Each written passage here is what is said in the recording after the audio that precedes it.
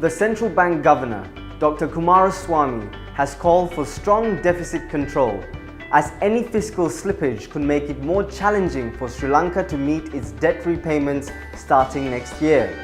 He was confident of successfully managing debt repayments, acknowledging that Sri Lanka would have to work within a very tight framework in the next few years.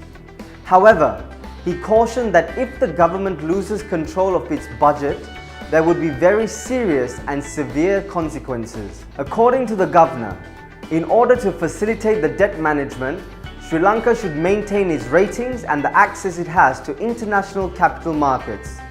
Therefore, he stressed on the need to build confidence in the economy to reassure international capital market participants, from which the government would have to borrow money to pay debt repayments. He also said that the Liability Management Act is expected to create flexibility for the economy to build some buffers.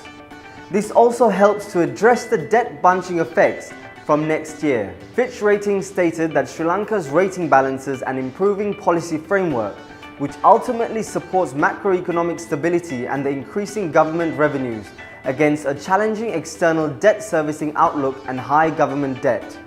The country's projected debt service payments are significant at $15 billion through the period 2019 to 2022. Compared to its bunching of sovereign bond redemptions, its foreign exchange reserves stood at $9.3 billion at the end of June 2018. The scale of external refinancing over the next few years creates a potential vulnerability for the sovereign, particularly as the US interest rates are on the rise.